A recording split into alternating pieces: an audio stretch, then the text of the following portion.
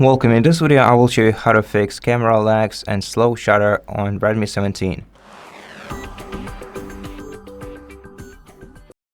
First of all, hold your finger down on the camera icon, tap Info, then select Storage, and clear the data.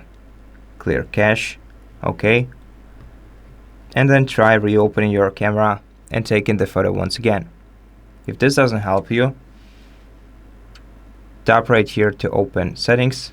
By right here, I mean this down arrow icon. Disable HDR.